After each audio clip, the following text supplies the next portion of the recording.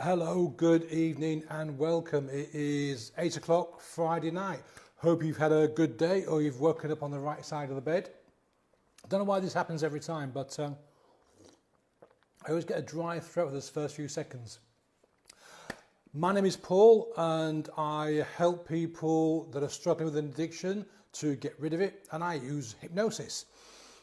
Interestingly, somebody asked me today if I do other stuff as well. At first I thought she meant did I paint, and I was going to say, well, yeah, like a 3-year-old, but that would be insulting to all 3-year-olds.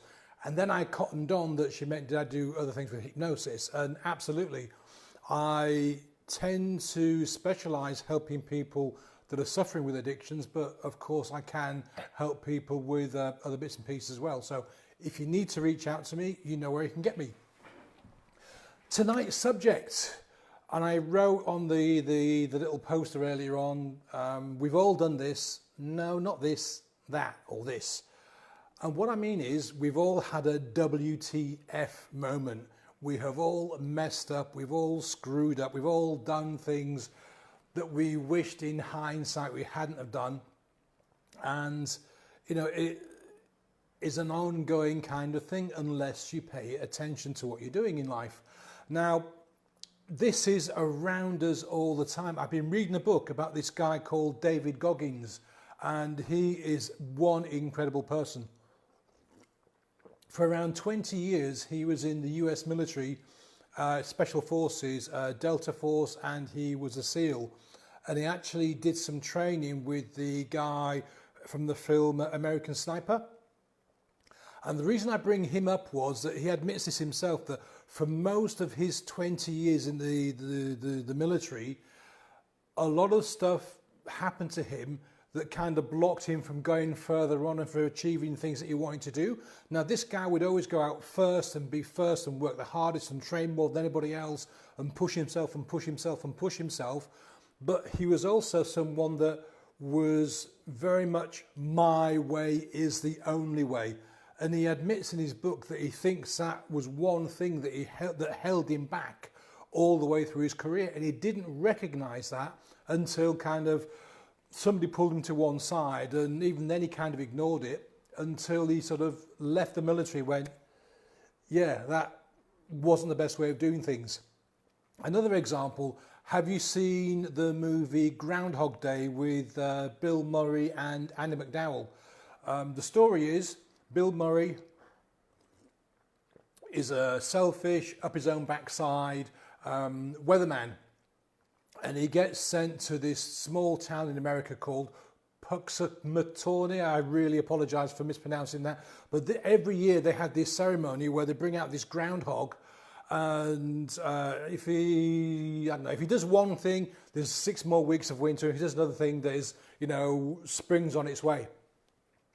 But that's not the point of the story. The point of the story is that this guy, you know, has mistreated everybody, does everything the wrong way. His way is the only way.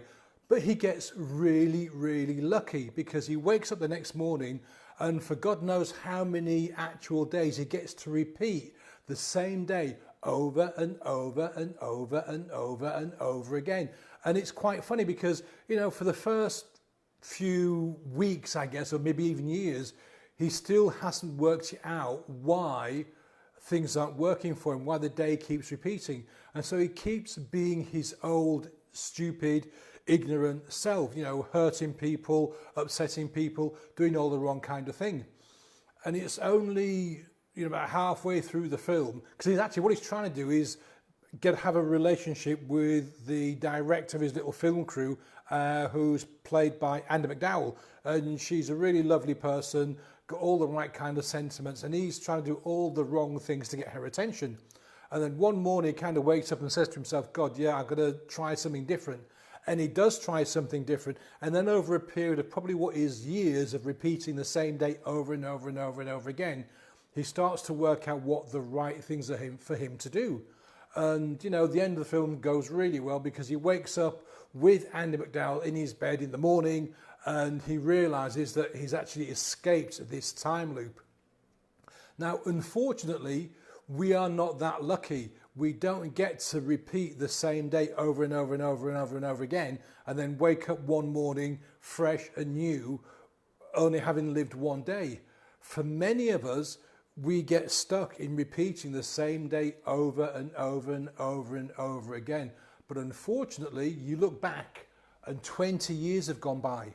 20 years of repeating the same mistakes over and over and over again. And pretty much every day you're saying to yourself, WTF, did I do that again? And it takes something important to happen in your life, or for you to realize that the only way to get out of this cycle is to actually break it and do something different. And it's the only way. I've been really, really lucky. I spent the whole of last year literally breaking my cycle, because I've made every mistake that anybody can make. I have, today's International Women's Day, and I was going to do something really cliched and go WTF afterwards, but I thought, no, I'm not going to do that. But essentially, I've made every mistake a person can make, from the low to really bad and everything in between. And it took a series of events for me to realize that I was doing that, and that to instigate the change, I had to do the one thing that I needed to do, and that was change myself. Oops, the microphone then, change myself. Because blaming you or blaming this or blaming that or blaming an event doesn't do anything, because I used to think that if I ran away, if I went to a different country, different planet, went and did different things, that things would be different. But it's not true, because when you run away, what's the one thing you take with you? Of course, it's you. So you can leave one problem behind and run away from it. But when you get to the new place you've run to, the problem still exists because you're there. And it's only once you've decided that you've got to make a change that, it will happen. Think of the story of Scrooge, Charles Dickens' Christmas story.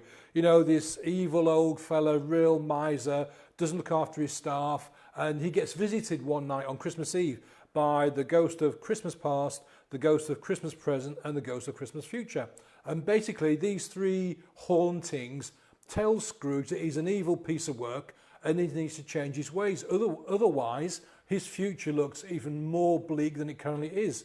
Now, again, this person is really lucky in the story, because the epiphany comes to him and he recognizes and realizes what he's done wrong through these three stories, and goes out in the morning, goes, thank God I'm still alive, I've got a chance to start again. And that's what he does. He recognizes his mistakes and he starts again. So many times I see in all the groups that I work in and, talk to people, that people are doing this Groundhog Day thing, repeating mistakes continually and not learning from them.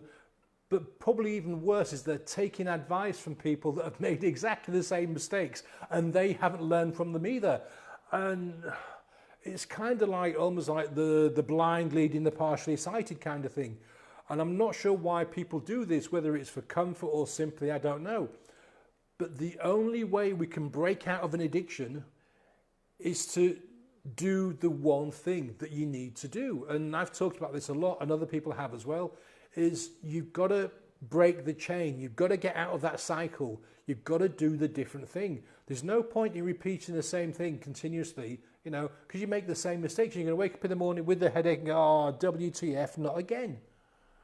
Or if you're, if you're smoking and you get a bit of bad news, or your boss lays on you, what do? You go outside and you buy a packet of cigarettes, and after you've finished the 5th or 3rd or 20th cigarette, you go, oh no, what have I just done? I've not had a cigarette for 6 months, and because that idiot just had a go at me, I've just rushed out on autopilot and bought a packet of fags. We have to take control of the only thing, two things in life we control: our thoughts and how we react to things that happen to us. Yeah. So this person I'm thinking of, who got a massive telling off or verbal abuse, whatever you want to call it, from their boss, yeah, went out and had a bunch of cigarettes when she'd been, not smoking for several months. That happened because she went on autopilot, rather than thinking that, okay, he's just had a go at me, don't know whether it was justified or not. But instead of sort of being rational about it and sort of thought, okay, yeah, I'm angry, I'm upset, I need to do something, I'm going to go for a walk or whatever, or ring a friend, the subconscious switched that into autopilot and said, okay, what do we normally do when we're stressed out? We go and have a cigarette. If you're a drinker, what do you normally do when you're stressed out? I go and find a drink. If you're eating too much and addicted to sugar, you get stressed out, what do? Automatic system kicks in. I've got to go and get some cake or some candy or whatever, you know, or a sugary drink. This is the automated systems that, you know, we build inside when we get addicted to stuff. And you don't see that unless some idiot like me comes along and tries to, you know, bang it into you and gets you to see that there is a different way of doing things. And it's not difficult. Seriously, it's not. People make these, you know, quitting drinking and stopping smoking and getting your diet sorted out. They make them actually these humongous things that can never be solved. But they can be. Seriously, they can be dealt with very, very simply. But you have to commit. Whether you come and see me and I do some hypnosis on you, whether you go for some other kind of therapy, whether you go to the AA, whether you, I don't know, have your stomach, you know, squished, you need to commit to something and then go and do it. Stop living this life of, you know, Groundhog Day again and again and again and again, because it doesn't work and it ain't worth it. And the problem is, one day you're going to wake up and you're going to be in a hospital bed, and across from you there's going to be somebody your kind of age who's living their last day because they didn't recognize the signs, and unfortunately their body's gone white flag. That's it, we've had enough. You know, the heart, the lungs, the liver, the kidneys, the spleen, whatever, just waving the white flag because you haven't taken care of that body and it's just given up. You know, we've tried for 40 years to point you in the right direction. We've given you all the signals and you've ignored us. So yeah, that's it. Today's the last day. We ain't getting up from this bed. And unfortunately, that happens every single day because people just, they don't see the signs. They don't read the signs that our body gives out. I don't know, the government sometimes gives out in a wacky kind of way. Our friends give out. Society gives out. We don't see the signs. The signs are there. This live tonight is a sign that you need to do something different. Yeah.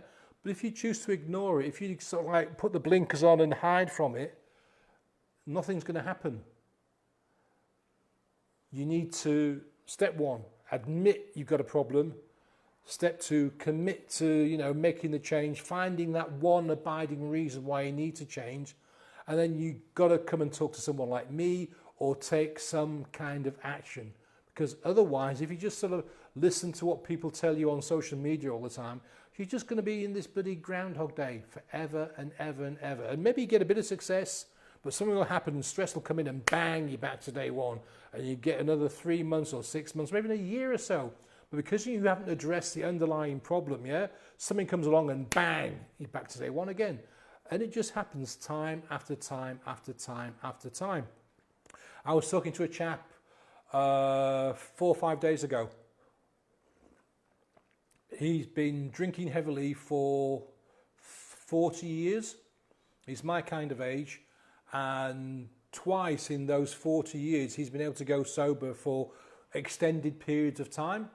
But at the end of each of those times when he's been sober, something has come along that's whacked him out of kilter. And because he hasn't addressed the underlying problems and got the abiding reason, it's gone bang, straight back to day one after a year of being sober. I mean, how annoying must that be? How defeated must you feel when that happens? And the thing is, it's avoidable. It is avoidable, but you've got to break out of your Groundhog Day. So that's it. I'm not going to go on anymore. I think I've said enough on that subject. So 2 things as usual. My name is Paul, and I do help people with addictions and behaviours they don't want anymore and get rid of them. And I do that with hypnosis. Secondly, if that's not talking to you, we all know somebody that has this kind of problem. So I'd really appreciate it if you could, you know, get them to contact me. Now, obviously don't tag them in the video because they might be embarrassed, but you could link them to the video, you could get them to PM me, or you can give me their details and I'll contact them then. So today's Friday, obviously now tomorrow is Saturday, but I'll be here at 8 o'clock UK time sharp and Sunday. This is 7 days a week. If you've got any questions, if you've got any comments, if there's anything you'd like me to cover in one of these lives, just let me know. I'm happy to cover whatever you want to talk about. Thank you for watching and I'll see you tomorrow night. Have a great evening. Bye now.